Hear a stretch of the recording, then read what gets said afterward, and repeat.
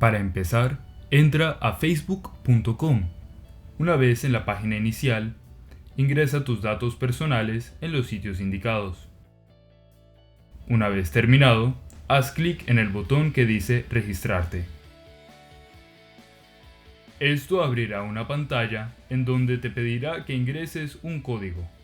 Podrás encontrar este código en tu correo electrónico. Una vez que entres al mensaje mandado por Facebook a tu correo electrónico, tendrás la opción de usar el código que se encuentra en pantalla o de hacer clic en el botón que dice confirmar tu cuenta.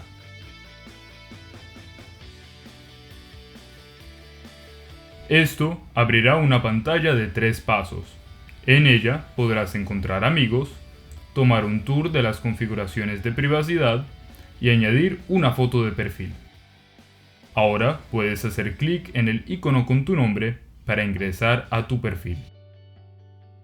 Una vez en tu cuenta, podrás añadir más información sobre ti, haciendo clic en el botón que dice Información. También podrás añadir una foto de portada, haciendo clic en el icono con una cámara que dice Agregar foto de portada.